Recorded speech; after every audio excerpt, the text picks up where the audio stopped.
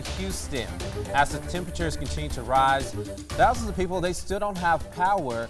In Houston, this is following last week's deadly storms. Now, crews, they are working to get the power back on, but some people might not have electricity until at least Wednesday. Comes as the temperatures continue to rise across the state, and last week's storms are to blame for at least 7 deaths.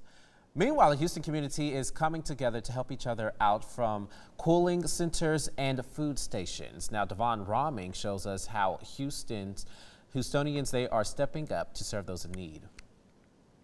Well, parents tell us it's been a tough few days trying to keep food on the table, but community groups are working to change that.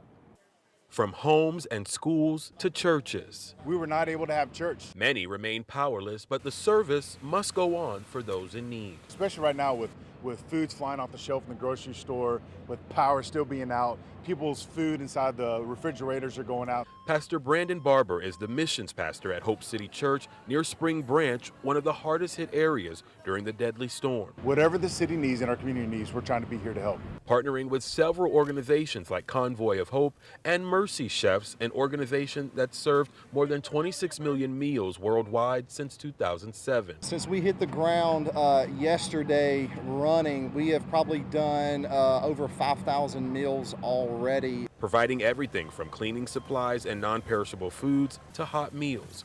Meals which Barber says families with kids are depending on as Spring Branch ISD schools remain closed until further notice. If they're not meeting in school, then they can't get those meals. Whether they come here to get food and supplies or we take it to them, we want to make sure that our teachers, our schools, and our community make sure they're not missing out on anything. Offering a little hope in a city that remains strong through it all. Right now we're scheduled Monday through Wednesday, and we have 2 shifts, 11 a.m. and 5 p.m. But if we need to go beyond that this week, we're going to continue to be a help to our city.